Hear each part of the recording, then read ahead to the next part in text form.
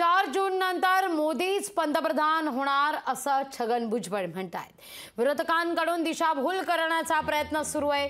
मोदींचे हात बळकट करण्याचे प्रयत्न करणार असल्याचं भुजबळांचं म्हणणं आहे। 4 जून नंतर मोदी साहेबच पंतप्रधान होणार।